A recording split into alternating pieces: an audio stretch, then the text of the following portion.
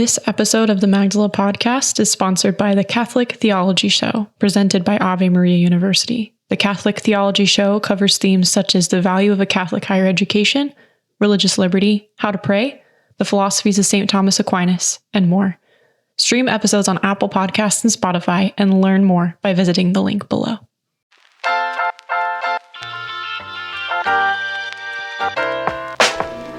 Hey there, my name is Rachel Kalaki, and welcome to the Magdala podcast. We at Magdala know from experience that pornography, masturbation, and other sexual addictions are not just a guy problem. The need for women to be accompanied in the journey towards healing from addiction has gone sorely unmet, and that's why we're here. Magdala exists as a space where women can find hope, healing, and freedom alongside each other from sexual addiction. Our goal is to supply you with support, community, and accountability. Here on the podcast, you'll find everything from testimonies to practical advice to dialogue about how to heal and live fully as a Catholic woman. Wherever you are in your journey, know that you're not alone, and we welcome you to this table.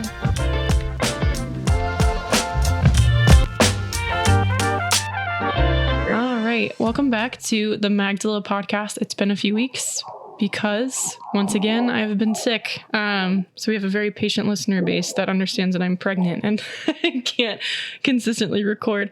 But I'm back today for a topic that I'm really excited about, that I've talked about a few times before on our podcast. But I have Andrew Laubacher with me today from Humanality. He's the executive director of Humanality, and he's going to tell you what Humanality is in just a minute here. But I want to just kind of give an overview of what we're going to talk about today. We're going to talk about the connection between screen addiction, pornography addiction, and just kind of the escapism that we pursue in both of those things. Humanality is addressing these things head on university campuses. And again, Andrew's going to describe that mission in a second, but that's what we're going to be talking about today. So per usual, these conversations are a little sensitive for younger ears. So if you've got little people around, maybe put in some headphones or wait till later. But without further ado, I want to welcome Andrew. And Andrew, how are you? How are you doing?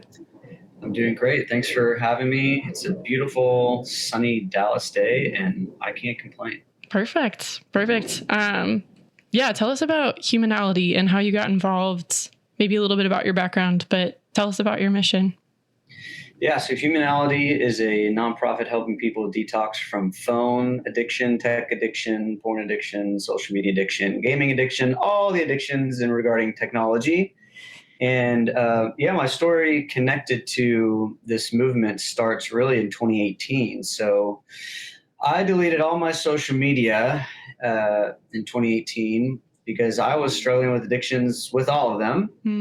And I went back to a flip phone. I've been a musician pretty much my whole life. So in the Catholic Christian music world, and was full-time on the road, traveling around the country, around the world, and was just addicted to every app, out there. And I remember telling my manager, like, hey, I think I'm going to delete all of my social media. And like, obviously at the time, like that was a horrible decision to make. And it still is, probably in most of the worldly sense.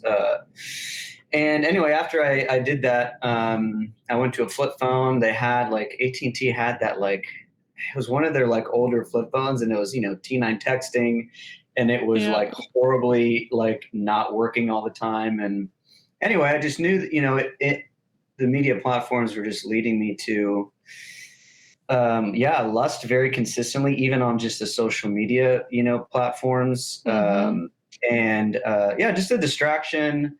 I was even addicted, I'd say, to good information. Like I was just addicted to information, constantly listening to podcasts and blah, blah, blah. Anyway, so this has just kind of been a part of my journey and story. I ended up meeting Hope and Justin Schneer, who started the Unplugged Scholarship at Franciscan, where they paid scholarship money to students to give up their smartphone and take a dumb phone. And that was, I believe, in 2022. And this movement was kind of born. So out of that, Humanality was kind of created. I came on board as executive director last June. And it was just like a perfect fit, like I knew my own experience of the addiction. I was passionate about the topic and really what the technology was doing to us physically, spiritually, emotionally. And it was just an amazing opportunity. So I came on board, and so, that's kind of how I got here. There's obviously plenty of life in between of some other things. I was in seminary. I worked in Florida for DeSantis for a year. There's some other weird, funny things in my life that we can get into, but kind of along the way, I've just always been passionate about this topic. I've always been passionate about healing. And I'd say humanity is on a mission to help people get their life back and heal. Yeah. And so, our main mission is helping college students detox from phone and tech addiction. So we're at 6 universities right now across the country and launching these clubs and helping people what we're calling live an intentional relationship with technology.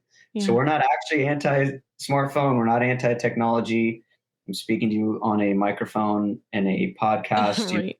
This is an incredible medium that we're using. But yeah, our idea is these technologies have infiltrated our lives and really are addicting us in many different ways. And we want to help facilitate more authentic human connection.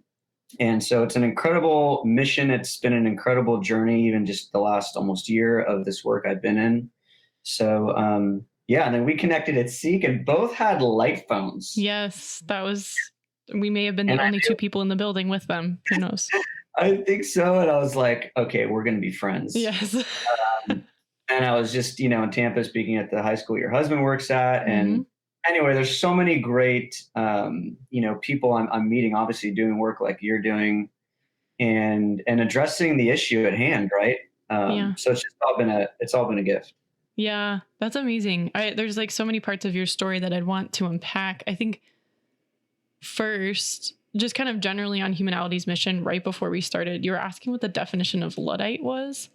And I looked it up and I think this is interesting. The definition is a person opposed to new technology or ways of working. Interesting. And you and I were saying, I'm regularly accused of being a Luddite because I also have no social media except for LinkedIn. But I think I'm about to be off LinkedIn because I find it so annoying. Yeah. But yeah, I'm regularly accused of this. But then you were saying like, I think I want to be a Luddite if this is what a Luddite is. But totally, I guess that idea of new technologies, is there a way that humanity decides or you decide when a technology is good and when it is not? Because this is something I'm very philosophically interested in, is what makes a technology good? What makes it neutral? Even can it be morally neutral? What are your thoughts on that? Yeah, so there's an incredible amount of literature that is, I'd say, pouring in through books, articles, physicians, MDs, PhDs, philosophers, theologians. Like, I'm unpacking the depth of, honestly, the work that I said yes to. And I'm going to say whatever I'm going to say now, I want you to know, and the people listening, like, there's so much more than just kind of the basic kind of assessments that I've had about what's, these new technologies, specifically your social media platforms, are actually taking away from us. Obviously, the hope was this like amazing connected, sharing, people's lives and all the good things. And sadly, the detriment has been largely propagated through these companies that are not concerned with your well-being. They're actually concerned with your attention and monetizing your attention. Yeah. So I'd say how we dissect what is good and what is bad is first understanding your smartphone, your social media platforms. They make money by mining your attention. And actually what's starting to really blow my mind, I'm reading this book called 10 Reasons to Delete All Your Social Media. Oh, Jared Lanier. Yeah, we had like an entire episode on it. Oh, lovely. And then, Nicholas Carr's work, Gallows, like what these technologies are taking away from us, to me, is pretty profound. And I'd say specifically the social media platforms that use the mechanisms of social approval and intermittent positive feedback, which are essentially slot machines in your pocket, right? Yeah. I'd say it's pretty easy to dissect those entities as being negative. And I think all the data is showing clearly that there are more negative mental health outcomes with the more exposure you have to these platforms. Yeah. So at Humanity, honestly, we're still kind of trying to dissect ourselves and help people navigate, okay, what actually is bad when we say that, you're a Luddite or I want to be a Luddite. It's like, I still go on airplanes, which is an incredible technology. I drive cars. I use refrigerators. I'm on Zoom right now. There's still certain technologies that I want to continue to use. And most people are just like, these people are against all technology. And it's like, no, I'm against the ones that are specifically out to addict you.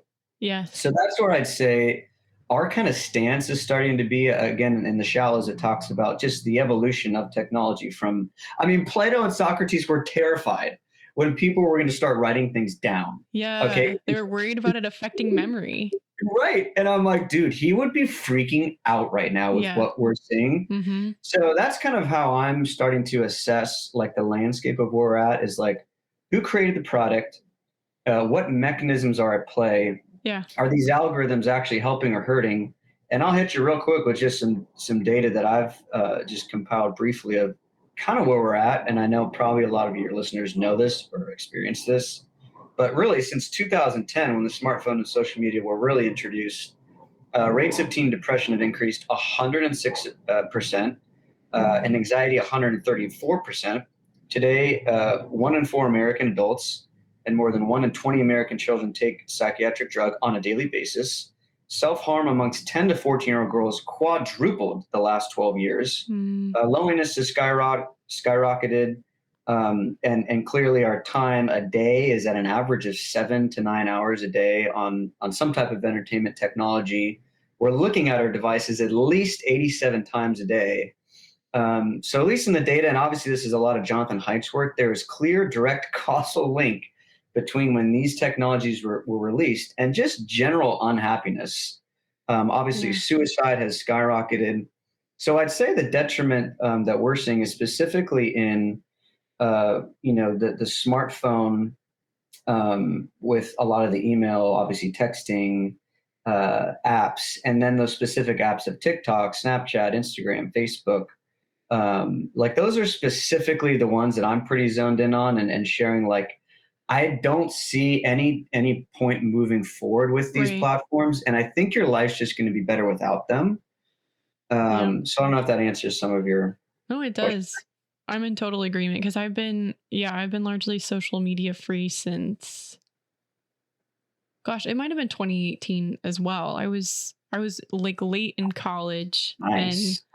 And and I think when I was in recovery, when I started my recovery from pornography, it became very clear that this was the next step. Like it seemed to me about a year into recovery that I was like, as long as I'm still on social media platforms, I'm not completely free.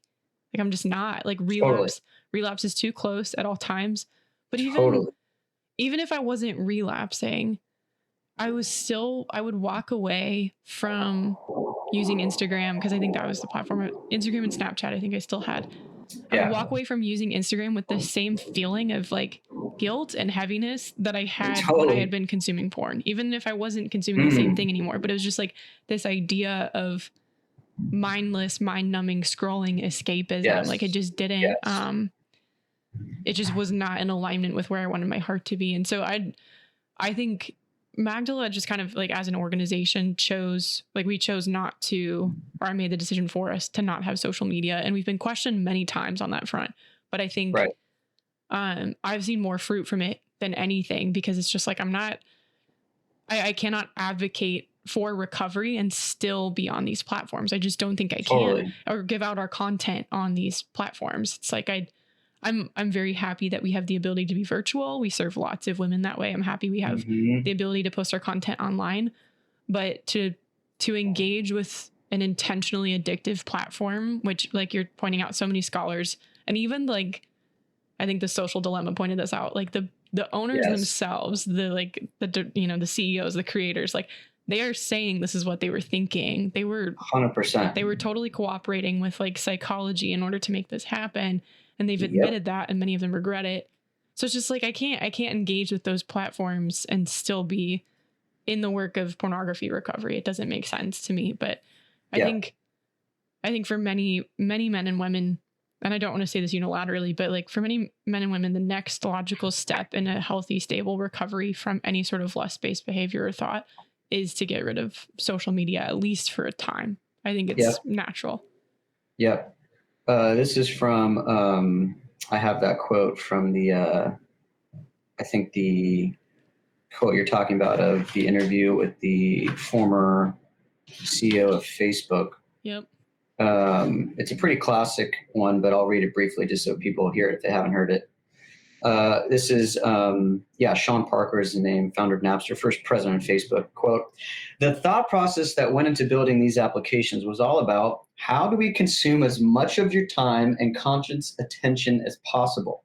We need to sort of give you a little dopamine hit every once in a while because someone liked or commented on a photo or a post or whatever. And that's going to get you to contribute more content. And that's going to get you more likes and comments. It's a social validation feedback loop. Exactly the kind of thing that a hacker like myself would come up with because you're exploiting a vulnerability in human psychology. The inventors, creators, it's me, Mark Zuckerberg, Kevin Systrom on Instagram. It's all these people understood this consciously and we did it anyway." I mean, I always find that quote so kind of like eerie and a little, creepy. And there's multiple different levels, I'd say, of depth. Again, that if we are, looking at this from a Christian Catholic anthropology of like what the human person is and what we're for, I'd say there's multiple different ways where these social media platforms specifically are not allowing us to fully be loved and love. And it's actually funny. I did a little bit of work with some missionaries at charity, and this nun I was talking to about humanality I was sharing with her our work. This woman has worked with Mother Teresa, like just a little, like I know I'm in the presence of a living saint. She's actually here in Dallas, and I was just sharing what we're doing, and she was like, "Wow, this is amazing! Like we really need that." And she just said 3 words that were really impactful because I knew it was packed with like an incredible amount of, prayer and a lifelong service to God. But she just said the phone, social media, it stops love. It stops love. Wow. And I don't know, it's just a very impactful moment to hear this, little nun like share, what I know probably Mother Teresa would say, because she was formed by her, that it stops love. And on multiple levels in my own experience, right? Like after Franciscan, all my friends are starting to get married, you know what I mean? And I'm watching every day, like people getting engaged, and it's their perfect picture of their perfect day. They found the love of their life. And I'm out there trying to serve God and not seemingly getting answers on like my vocation or that person. Yeah. And that's just a very natural thing that I know we all express. Like we've heard many times about this social comparison thing, but people just keep going back to it anyway, which I find so interesting. Like we keep coming back to these platforms, I think hoping that we're going to get that good that we all kind of share, like, oh, well, it helps me see what my friend's doing and family. But it's like still in the midst of your scroll, you're still comparing your best day to someone else's. And the reality is, as most Catholic people, I don't really care who you are, and a lot of these people are my friends, they're still showing their best day and their best family photo with the best angle, with the best filter. And their days just all look incredible. So we can't really, I'd say, diminish the reality that I'd say there's more negative you're going to experience, whether that's the comparison. For me, honestly, all of the social media platforms, including my Instagram, would lead me to lust. I mean, it was just a simple scroll. And that was a huge reason why I got rid of social media as well. Like my friends showed me pornography when I was 14. In high school, I partied super hard in high school, left my faith, and it was just a normal thing for us to watch pornography together.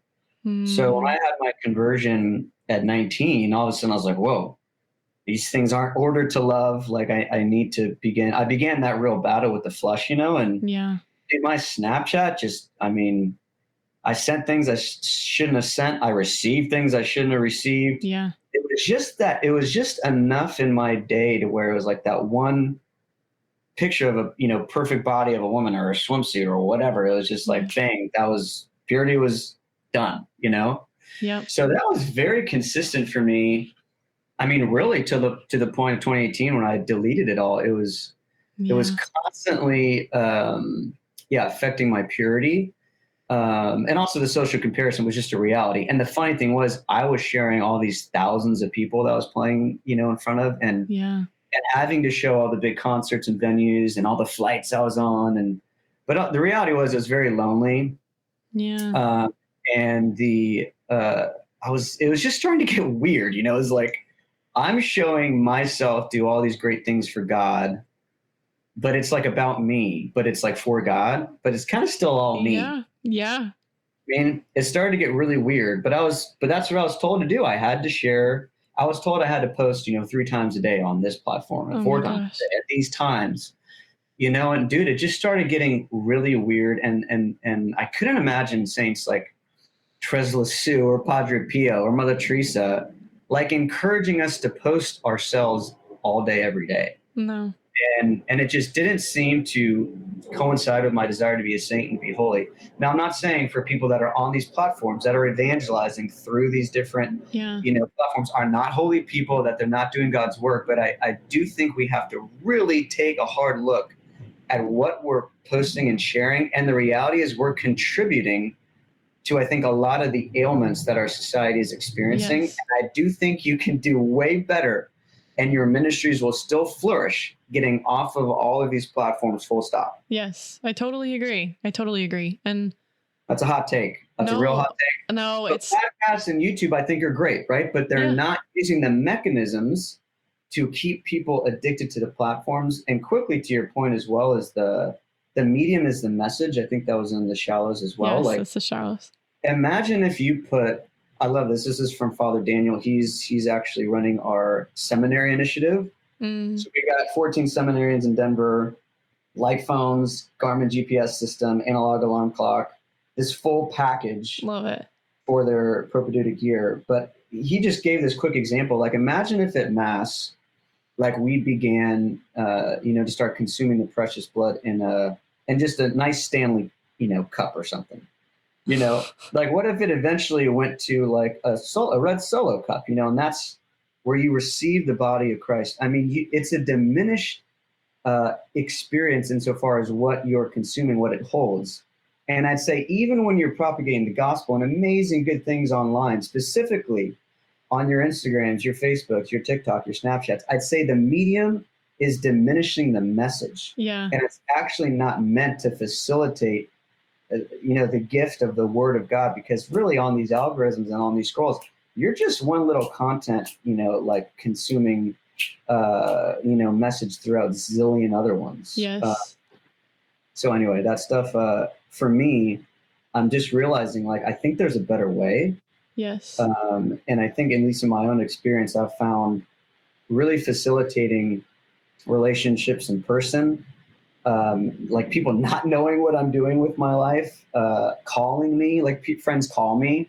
Mm-hmm. I call friends. I don't know a lot of things happening in the world, to be honest. And that has actually been an incredible experience in itself. Oh, yes. Anyway, there's so many ways to go with this, but that stuff has just been pumping me up. Like, we need to really take a deep look into the medium. And is this medium actually sharing the message and actually giving us what we really long, which is depth? Yeah. And I'd say we're not experiencing the depth of our human experience through these platforms. Yeah, no, I agree. I question evangelization efforts in tech all the time, of just kind of what you're saying, the medium is the message. And I think sometimes we as Catholics have a false mindset of that we can baptize anything we want, that like anywhere I go, I'm automatically a vessel of grace. Like grace follows me and is at my beck and call. And there's just so much theological nuance that, we could get into there of like, yes, like I am hopefully living a life in accord with grace. I'm baptized, child of God, confirmed, like have opened up my life and heart and soul to the indwelling of the Holy Spirit. But that does not mean that grace is at my disposal. And so I can't walk into Instagram and baptize it just because I'm there. I think that's thinking pretty highly of myself. If I think that I am stronger and more resilient than that platform. And I think it's, just this idea of like, is the medium in alignment with the mission that you're trying to accomplish? Or like, if we're evangelizing, giving the faith over Instagram, then what faith are we actually giving? That's kind of my question of like, what does it change about the nature of evangelization? But that is a hot take, because I think we're encouraged. I think a lot of the language out of the synod recently was encouragement of online and digital kind of evangelization. And yeah, any apostolate, as you probably know, like we're taught to like, this is the way to do things. And I was in like a pseudo like masterclass intensive or something, like a mentorship group with about 30 people, just on running a Catholic apostolate. And we were being spoken to about social media marketing, and this marketing professional, they were talking all about social media. And so I just asked a question in this Zoom of like 30 or so people. I was like, well, what if you have, as an organization, have chosen not to use social media? And I gave a brief explanation why Magdala doesn't. Yeah. And then this woman says, she was like, she was shocked. She was shocked that I would choose that. And then she said, you will fail without using the Meta Suite. You will fail. That was what she spoke over me, was you will fail if you don't use the Meta Suite. Wow. And I was like, no, I refuse to believe that. Also, no, like, we're not failing at all. I have a wait list that's hundreds of women long at any given time trying to get help, because if your mission is necessary, it will succeed. If your mission is ordained by God, it will succeed. And it doesn't matter what platforms you use or what algorithms you tap into. But I mean, like what you're talking about with your music career, of you have to post at these times, and this many times a day on these platforms. And it's like, since when did we have that much control over our calling? But that's that's where we've gotten, is that there's no receptivity in that. Of that, like, did God call you to be a musician? Is he giving you these opportunities? Great. And he may take them away. That's fine. 100%. And 100%. Since when did we stop being receptive to that? And that was my experience, is like literally that year I deleted that social media. I went all over Canada, Europe, South America, like literally international stuff that just was totally God showing me that he's just bigger than this stuff. Yeah. That's what I really want to encourage. Jacques Philippe talks about in his book, Searching and Maintaining Peace. Like, you don't know if your parachute works until you jump. Yes. And I think there's a lot of people that, again, have either pinned themselves in a place where they feel like they need to be on these, platforms for their work or their ministries or their businesses. Yes. And it's funny because I know a lot of people are like, well, I've hired people to do that. It's like, we all intrinsically know that we don't want to be on this stuff anymore because we know it's detrimental, but we kind of justify it for our, means of surviving for our families and providence. And I just really believe God's bigger than this stuff. Like, already humanity, I'm getting hit up from people all over the world. We have literally a website. I think word of mouth is incredibly powerful. And I do agree a lot with that. A lot of the points in the book, 10 Reasons to Delete Your Social Media. I think for now, it's going to be better to be off of all those platforms till we have a better option. Yes. Right? Till we have a better option that doesn't really propagate, one, the incredible amount of pornography, the incredible amount of ideology, the incredible amount of, negative aspects. Again, these algorithms tend toward negative emotion. Again, the comparing, the contrasting, the amount of time we're losing. Yeah. I remember getting off of it and sharing, hey, that 5 minutes that you're not going to watch where like A-Lob's flying or playing an event around the world, I feel like I'm giving people their time back, like just that 5 minutes of their day. And really with humanality, a lot of what we're sharing is like, okay, if you can unplug from these devices in the mundane, like how much more amazing things you're going to be able to do with your life, whether that's like a book you want to write, a business you want to start, or a relationship you want to invest in. I mean, I live in airports. I've lived in airports for a very long time now. It is very strange to me when I walk through and every single person is looking down at their phone. Oh, I know. It's and wild. Not looking at each other. It's married couples. I mean, I'm hearing, parents talk to me like in the bedroom, and it's okay if honestly people listening to this isn't to shame you or make you feel bad about yourself. It's just to be aware that like our relationships are suffering, like couples together at meals, just scrolling together, not talking to each other. No. I mean, it's infiltrated every part of our life, and we just think there's more to life, right? Yeah. And once we kind of are aware of the issue, and I saw it in myself, right? Like, I'm the first to say I was addicted to everything. That's why I took this step to get rid of them. And people are like, oh, Andrew, you're too extreme. I mean, talk to St. Francis, dude. That guy like threw himself into a bush of like freaking thorns, like that was a little extreme. I realized that we don't need to all throw ourselves into thorns. But I do think, like the question is like, how free do you want to be, Yeah. and how happy do you want to be, and I really do think if you can create an intentional relationship with your tech, and that probably is going to mean getting off of these platforms, because again, here's the reality: they have gotten so deep into your brainstem through social Yeah. approval and intermittent positive feedback. I don't care who you are, you're not strong enough to fight the algorithms. No. So that's a pretty bold statement, I realize, but the reality is that no one's actually strong enough to be able to stop the scroll.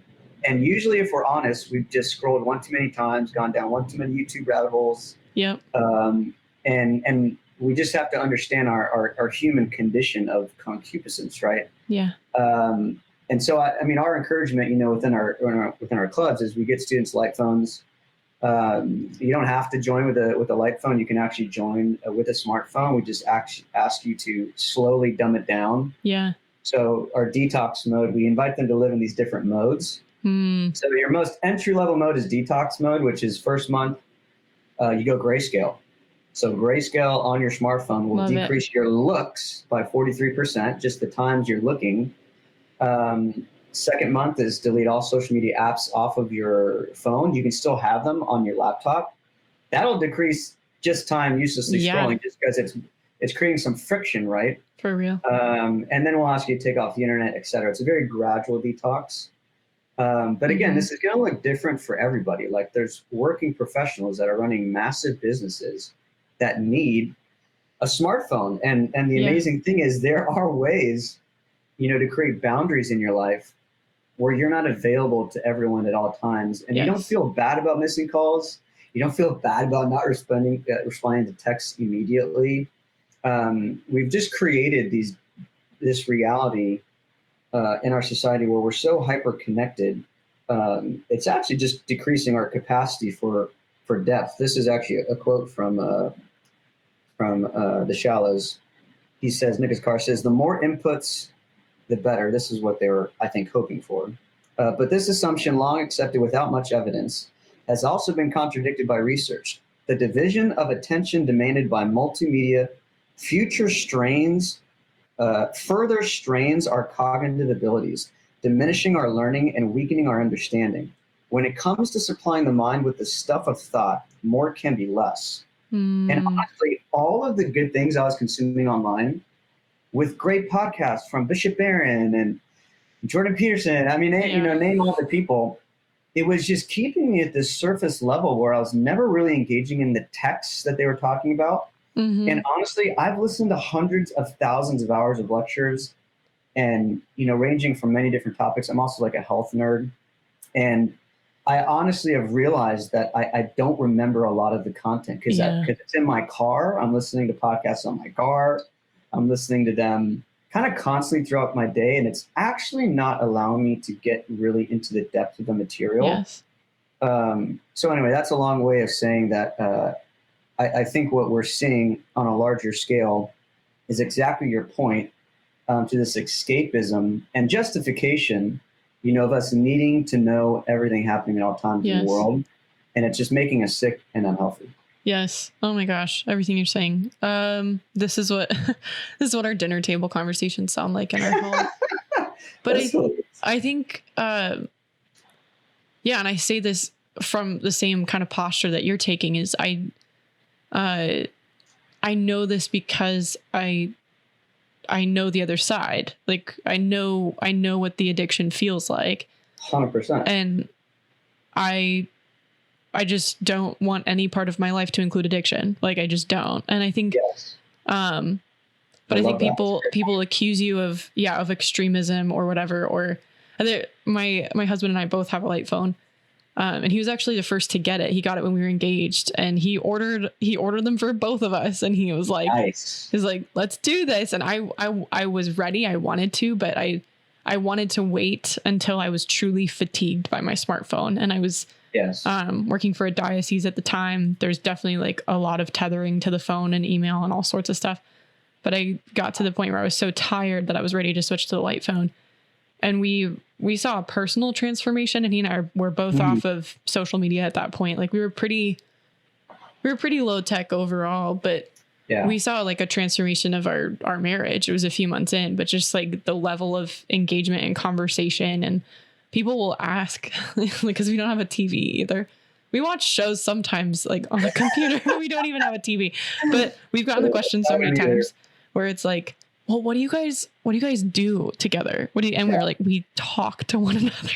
Like, I know, we have it's weird. conversations, but I say that knowing like that doesn't make me cool. That doesn't make us cool. That makes me just somebody who, by the grace of God, has acknowledged like the deep sin and deep addiction I'm capable of. And I just want no part of it. And there's still like the struggle. I don't know if you noticed this, but having the light phone, that makes the computer a lot more appealing. Oh, I 100%. Like I really struggle to curb my time on the computer because when it's open, and then it's like this whole just world.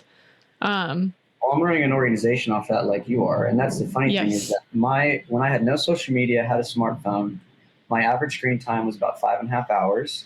Now that was all good things. I'm booking events. I'm talking to coordinators. I'm talking to youth administrators. I'm prepping my band. I mean, it was all good things, but I was just, I was looking at my Weather Channel app a lot.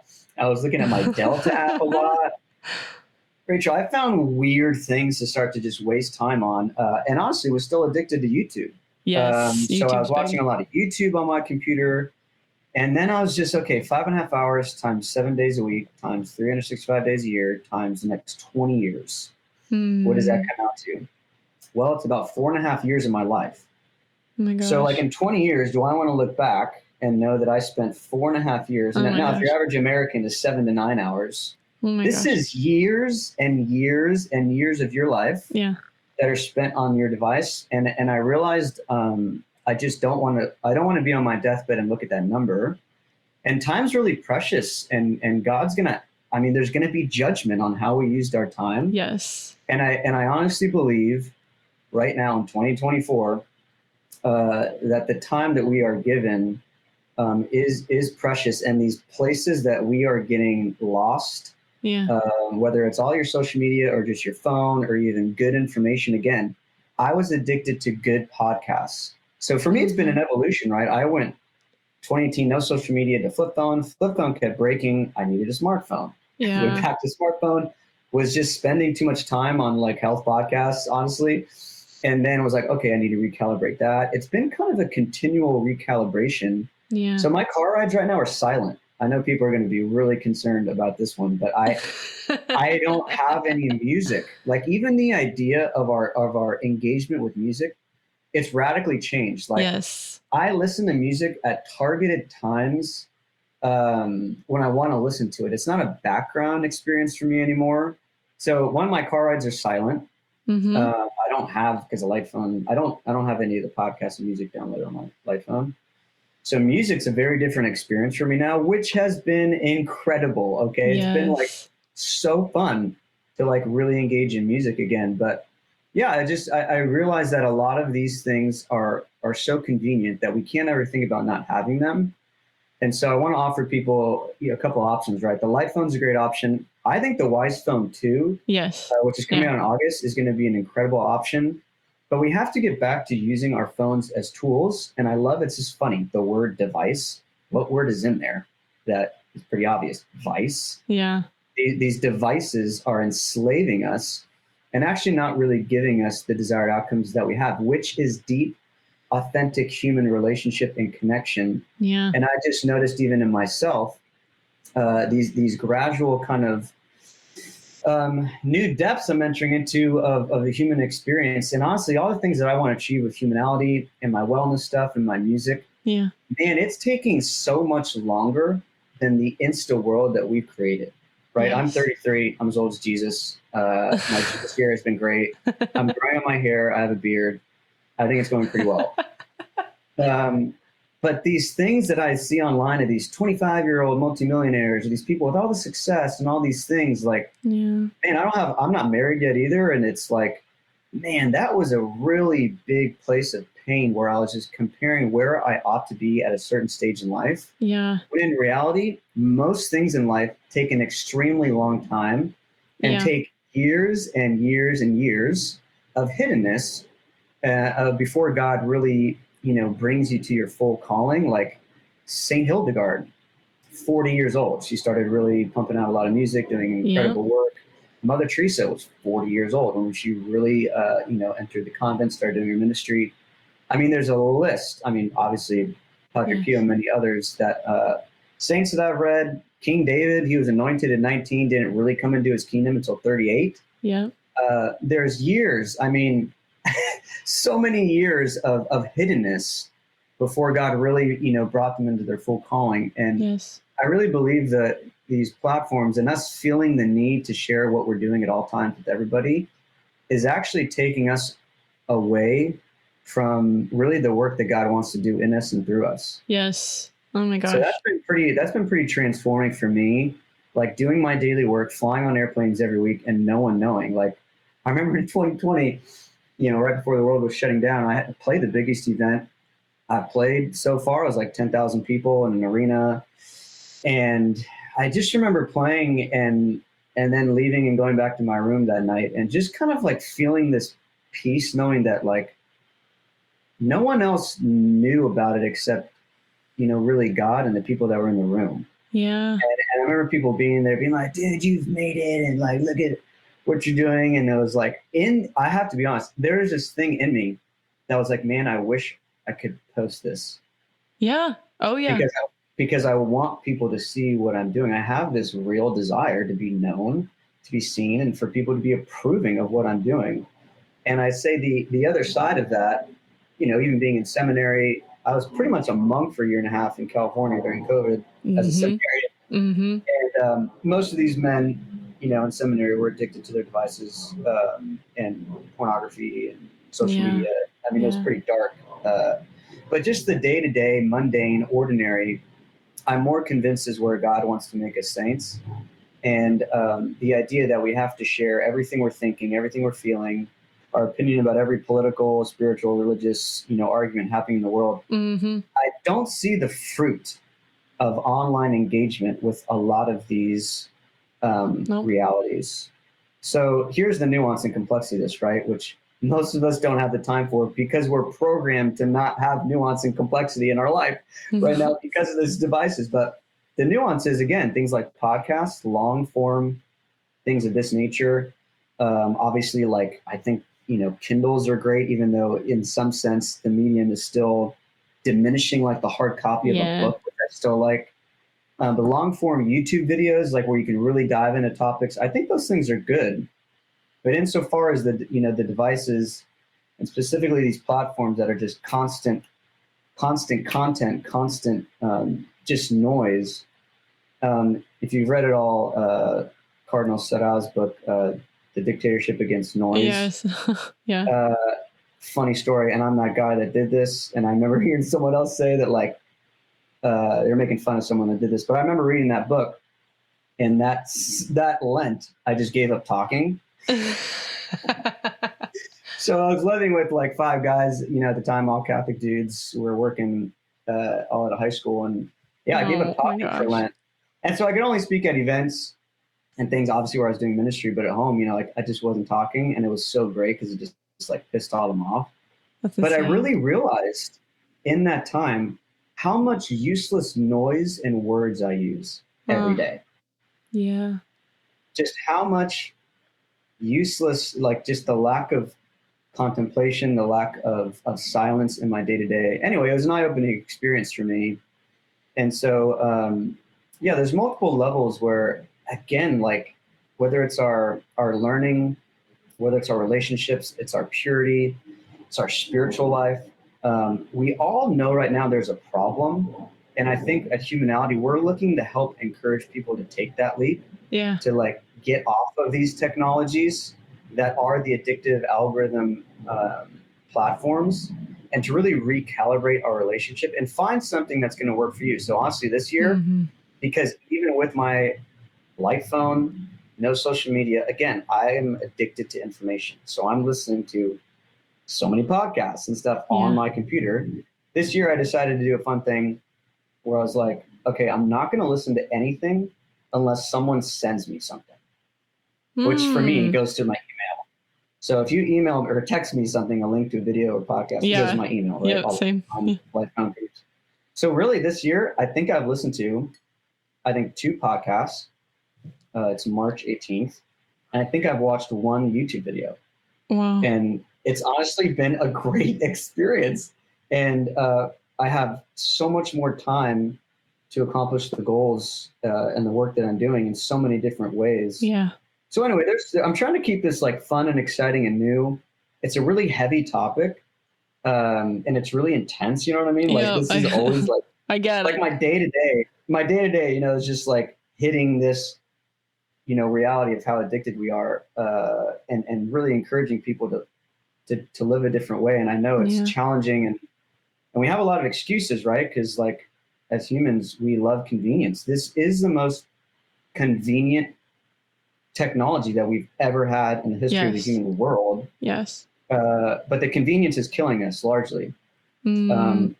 So anyway, that's kind of my experience with that. But my encouragement is really there's so much more I think God has for us, that when you take the leap of faith, whether it's a light phone, whether it's getting off of these platforms, creating a plan, we call it digital plan of life, which is really like actually making a plan of what your week to week, day to day is going to look like with your Netflix, with your TV, with your scrolling. It'll transform your life. And I can't say once I got off all this stuff, everything got better. I'd say once I got off this stuff, all the things I was numbing got worse. Yeah. Oh yeah, completely. Like all the addiction, all the mental pain, anxiety, like frustrations, insecurities, like they've all gotten worse, but I've realized I've been able to enter into those places and address these places of pain. Yes. I have one more quote from have you read Restless Devices by Felicia Wu Song yet? No, I haven't. Okay, of course when I opened it I lost my place, but it's about just the reality how we're numbing places of pain. So here's what she says. I found it. The more we notice about the way the world works, the more we are likely to feel a rippling combination of fury, resentment, depression, shame, and helplessness. This is certainly one reason why social media is so addictive, the new opium of the masses. It dulls the pain. It screens out the screams of those suffering just outside our personal experience, or indeed the screams in our own head or of a particular bad day. Much of the trauma comes with being human, and thus being burdened with the awareness of mortality and other miserable fates that await us. Quote, being unable to cure death, wretchedness, and ignorance, wrote Pascal, we have decided, in order to be happy, not to think about such things, close quote. Social media helps us not to think about such things. Man, I just think that's such an incredible quote. Like, we're just numbing a lot of things and numbing a lot of pain. And I noticed when I removed the distraction and the addictions, man, I had to face these things, and I'm still on that healing journey myself. Yes. But I have to say that facing my addictions, especially in regard to lust, pornography, masturbation, comparison, information addiction, man, the fruit and the peace that I'm experiencing right now, I can honestly say there's no way I'd be experiencing this if I stayed on all these things. Yes. Oh my gosh.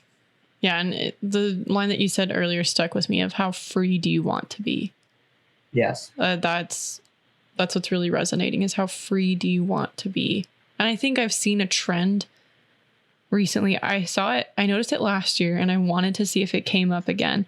Yeah. Of social media influencers, because every once in a while I'll access posts, mostly just for like nerdy research, where I'm like, What are the trends? What are they saying? Totally. But I noticed like several Catholic influencers saying that for Lent, a time where people traditionally would give up social media as a fast, which, for better or worse, but like there were several posts from several people saying the same thing of like, that you shouldn't give up social media totally for Lent. Instead, you should practice temperance, was what they called it. Oh, yes. Let's hit this one. Yeah, you should. Good one. Yeah, you should. You would be very welcome at the Kawaki dinner table. I mean, you would never leave. No, just the idea of like okay, instead of giving this up entirely, you should just use it for 30 minutes a day, which already I'm like, oh, geez, 30 minutes. But I think what strikes me about that is, number one, I just don't think we should trust. It's hard to trust somebody's voice when they are directly making money off of your time, which even Catholic influencers do, even if their intentions are good. Totally. They're still making money off of this. They're still making money off of your time and attention. Of course, they don't want their entire Catholic base to give up social media for Lent, because then they lose money. Like, totally. And that's fine. None of us want to lose money. I get it. But like, what are you doing? And it's like, how temperate can you be? Or I guess, what is the nature of temperance when the thing that you're supposed to be temperate about or surrounding is meant to addict you? Because if I think about alcohol, yes, the approach is temperance. But alcohol per se is not meant to addict you. It's meant to be for enjoyment and recreation. Unfortunately, you can become addicted to it. But you think about pornography, it is meant to addict you. It is designed to degrade dignity and addict you. So there's no temperance with pornography. There's just no. And I kind of you can have a little bit of it. Yeah, I wonder about the same thing with social media. Is can you have a little bit of it, and is that actually temperance, or is temperance saying no? Like just no? Because I think there's like what you're saying of like this this plan, this like just glorious plan that God has for us, and just the glory of human life and the complexity of it, and that suffering is a part of that. Trauma is a part of that. Acknowledging trauma is a part of that. But just that you miss out on so much, even if it is just 30 minutes of social media a day or 30 minutes of Netflix, whatever, like you miss it. So what is temperance? And you know, in regards to this. No, this is great. This is great. And here's my assessment, because I'm hearing this all the time. Yes. I've heard it all the time. Moderation and everything. I think that's a really poor statement, because it's applied to so many different realms of reality that, again, should never be moderated. Again, pornography, cocaine. I'm literally going to put social media in the realm of cocaine, because it's playing. It's playing on the same neural pathways, and it's playing on the same dopaminergic receptors that these drugs are using. So again, you would never give an alcoholic a beer and tell them to moderate it. We're essentially telling every human being that is largely addicted to all of these social media platforms, their devices, we're telling them, hey, it's okay to keep these things, but just be moderate. So if you're asking anyone below the age of 25 to do that, their prefrontal cortex is not fully developed to be able to handle that load of dopamine. 2, anyone over the age of 25, my parents will probably not listen to this podcast, no offense, but so I'm going to just call them out real quick. Don't. I think that'd be weird. They're totally addicted to their phones at 65. Yeah. My mother's totally addicted to Instagram at 65. So there's no age limit that discriminates. There's no socioeconomic state right now in life, whether you're poor or rich. I mean, I've literally been in the slums of Haiti and seen people on the side of the road scrolling on phones. Wow. So this is a issue that's way further reaching. And the idea that, again, exactly to your point, that you can moderate and be temperate with platforms that are designed to make you addictive, that's not even, to me, the whole point of this. Even if you were to say, okay, I can go on Instagram and just do like 5 swipes of a scroll down my feed. What am I like? What damage is that doing? Yeah. Like, why is that bad? First of all, I'd say humanity. We're not forcing people to live a certain way, right? Everything you and me are honestly sharing today is really an invitation, to the educational piece of the information, and understanding really what it's doing to us biologically, neurologically, spiritually, emotionally.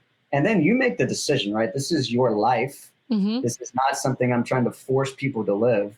But I'd say even that couple scrolls that you're going to see, you're probably going to be exposed to things that you were not designed to be exposed to. And I'd say even in regards to the attribute of God, of being omnipresent, being in all places at one time, there's a reason that he is the one only allowed to experience that power and be free.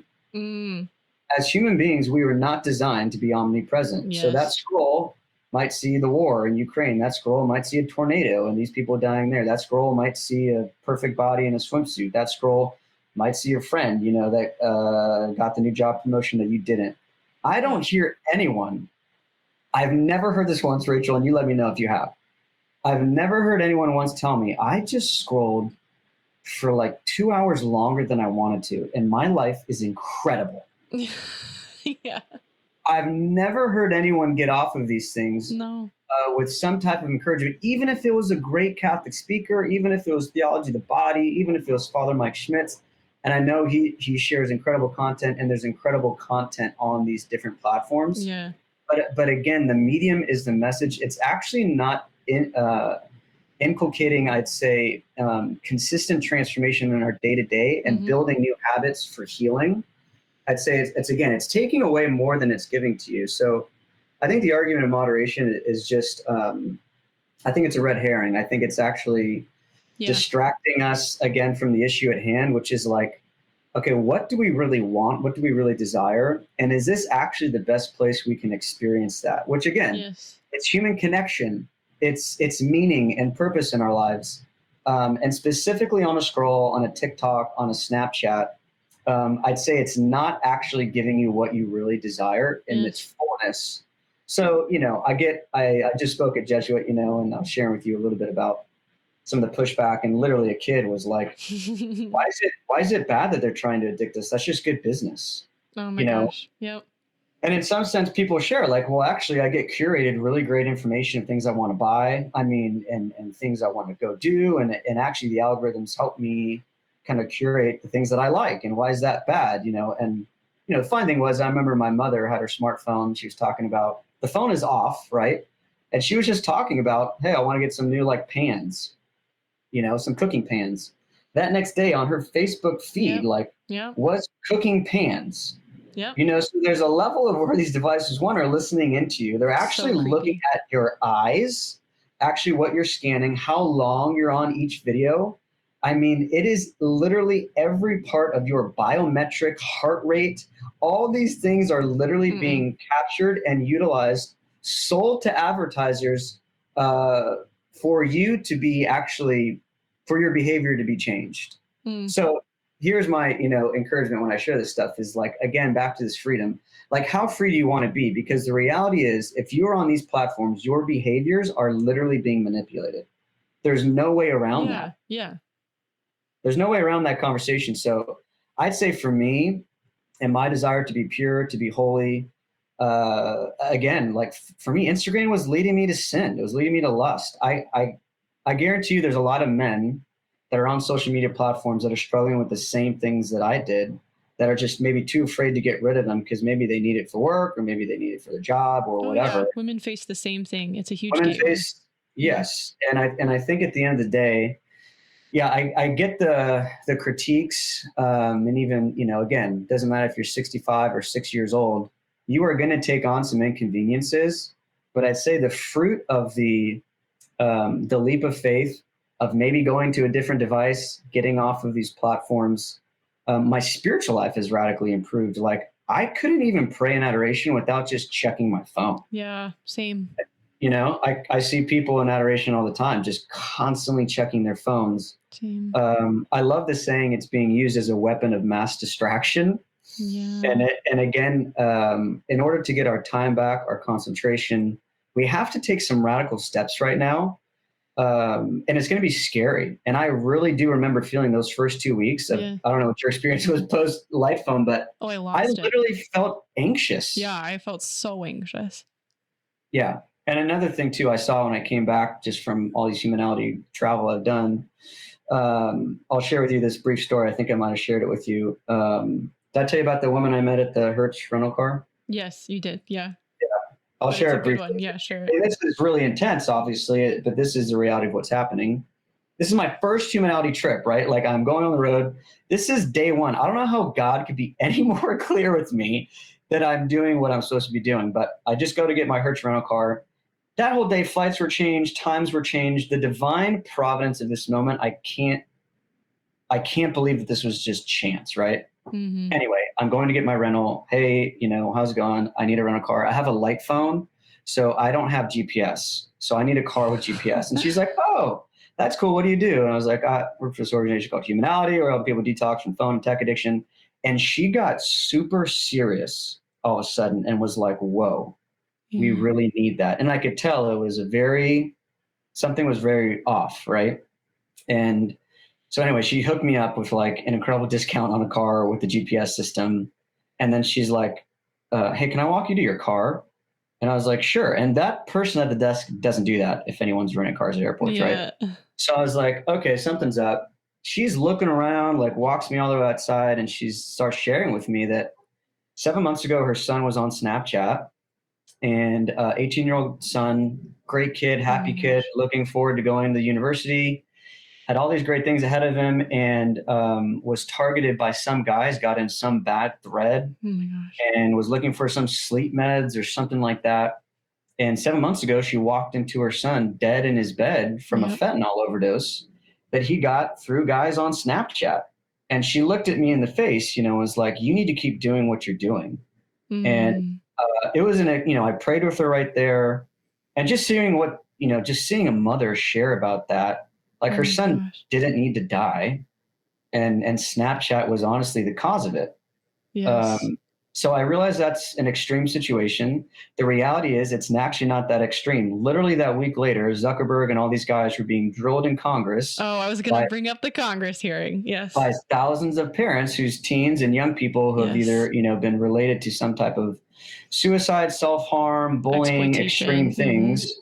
And anyway, that was just a moment I'll never forget. And I really feel like to some degree what we're doing is helping save lives. Like, I really think what we're doing is going to help save people's lives. And as a whole, again, these things are just portals to darkness that we were just never designed to experience through a screen. I mean, we can get into the empathy that's being diminished. We can get into obviously this psychosexual development that's being thwarted. Yeah. I mean, this is probably a 12-part series of a podcast. I was going to say, sounds like we just need 10 more podcast episodes because we just hit an hour, so we probably got to land the plane. Yeah. But I think I was going to bring up the congressional hearing because that was, I didn't need to be convinced, but seeing just the absolute denial, just the denial of these CEOs of the harm, and especially the denial in the Senate hearing of the connection between pornography and social media, and just their refusal to take any ownership for especially exploitation of children.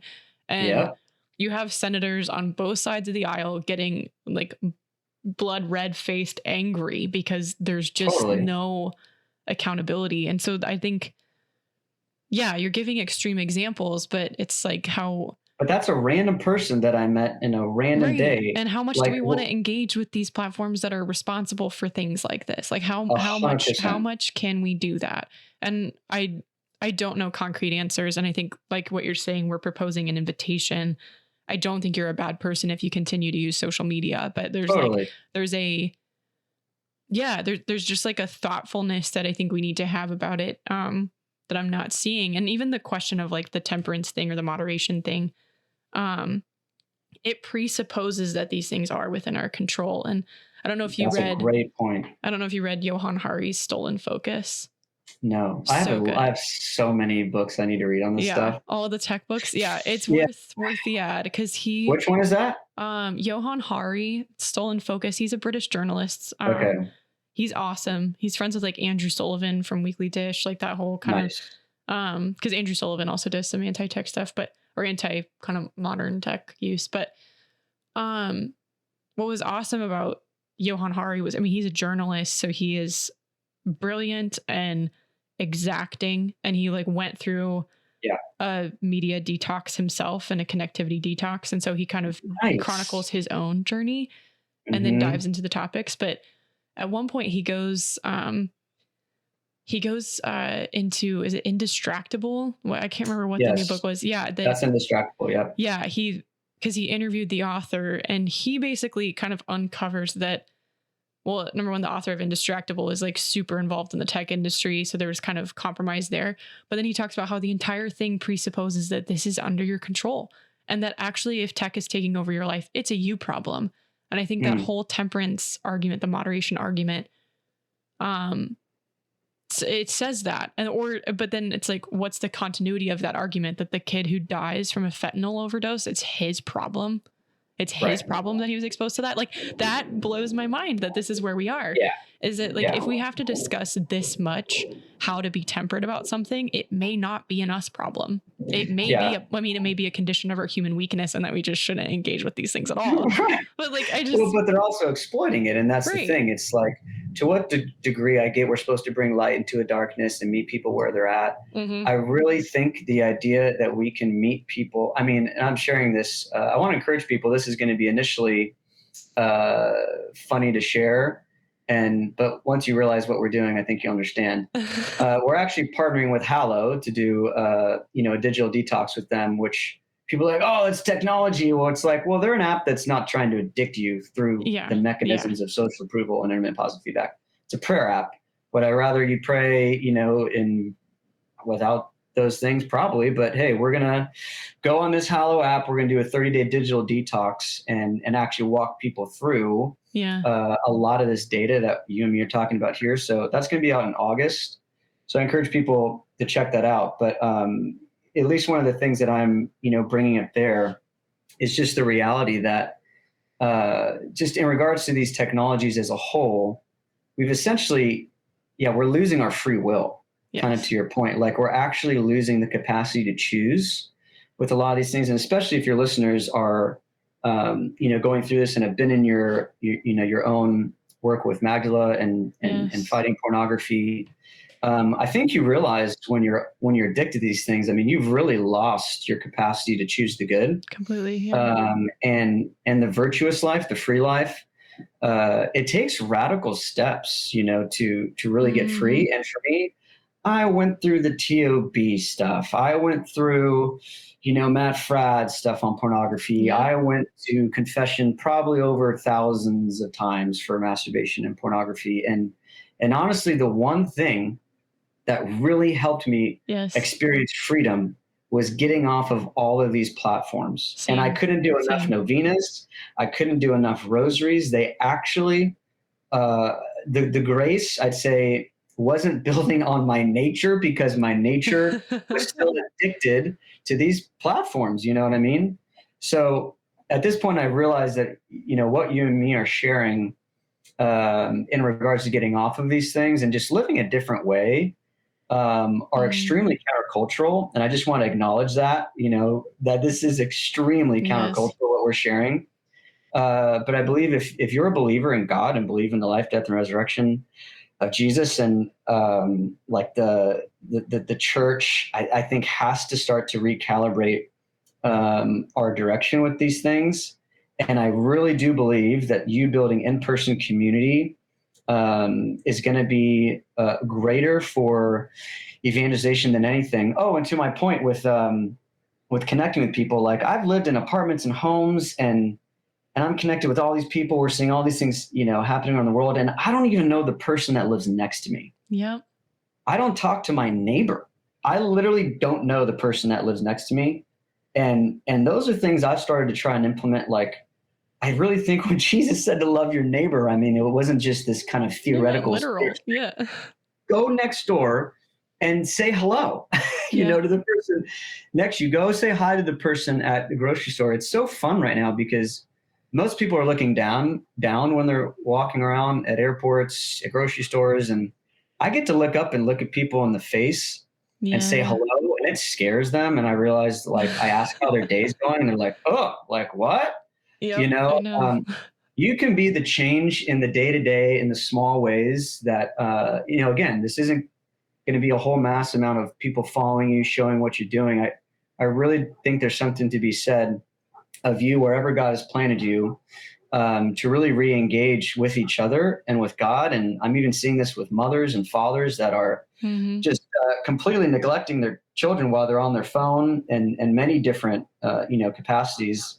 And the leap of faith, again, is going to be difficult, but I can share from experience, and I know, Rachel, you can too, that getting off of these things completely, for me, was really the answer. And I get, maybe there's people that have some really high level virtue somehow that, have the capacity to somehow be pure on these things. I have to be honest, most priests are addicted to their phones. Most priests are addicted to a lot of these platforms as well. Yeah.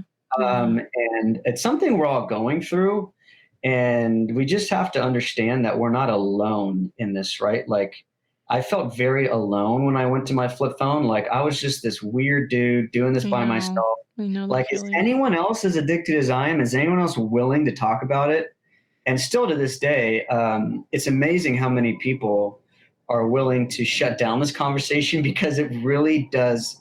It just hits something on the human heart. Like, we know we're missing out on the life that God has given us. So I want to encourage people to take that leap of faith, and maybe, go through the digital detox with us, look up some of our resources, help, join what Rachel's doing with Magdala. We're hoping to actually have her ministry a part of our clubs with Humanality around the country. So we're working on that, which is obviously super exciting. It'll be fun. But I want this to be more of a pro-life. Like, that's what I've been thinking. Like, this conversation to me is pro-life. Like, I am pro-life in every aspect, and specifically in regards to our technology. And I think the pro-life argument for getting off of a lot of these devices and platforms, again, is going to look different for everybody, but just a little way that you can maybe start to do that throughout your day. It's going to start with us. This Tremendous Lover, the book by Boylan, talks about. Oh, it's a great book. All of us want to transform and change the world, but we rarely start with the world, our interior world, ourselves. Yes.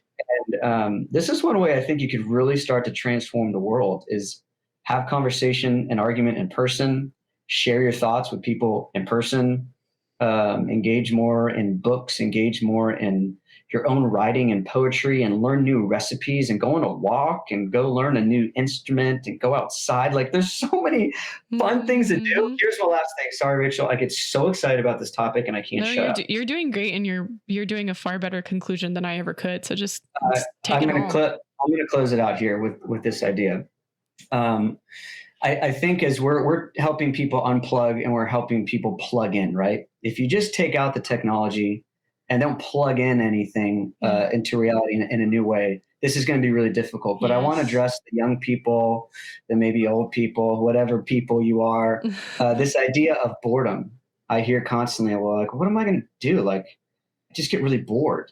And I remember saying that as a high school dude, like, who's playing Call of Duty and playing FIFA and addicted to everything myself. And honestly, I'd say is it 6 years, 2018 to 2024? Is that 6 years? 6 years. The last 6 years, I can honestly say, and this is like 100% honest, I don't remember the last time I was bored. And even the times that maybe I, quote, was bored, that boredom was a place for me to launch into a new thought, launch into a new activity, time to get back into the weight room, time to get back into work. Boredom for me has actually been an incredible catapulting experience into something good. So I want to encourage people not to be afraid of the boredom, and to not be afraid of doing that interior work. Inner healing is a long journey. If healing from trauma, I had anxiety attacks since I was 11 years old, like full on panic attack. And that's been a long journey, but really entering into my nutrition, my movement, my sleep, my technology. I don't experience panic attacks anymore. And I'd say it's been entering into those places of fear, wounds, insecurities that I was numbing with all my technology. That I'd say on the other side, again, I am not fully healed. I'm on the journey. I still struggle with sin, but the fruit has been so amazing. I just want to encourage people to not be afraid of the boredom, because actually I think it's really going to catapult you into reality. So with that, we could literally talk for hours about this. But again, I hope it's pro-life. I hope this is encouraging. Like, I don't want this to just be all doom and gloom, like AI is going to kill us all. I mean, it might, but like there's a better way to live. There's just a better way to live than being on these platforms, specifically, again, your Snapchat, your TikToks, your Instagram, your Facebooks, your gaming, all this stuff. There's just a better way to live. And I hope people are encouraged to take that leap of faith. And it's going to be awesome. Yeah. If you like this episode, feel free to like, subscribe, or share with a friend.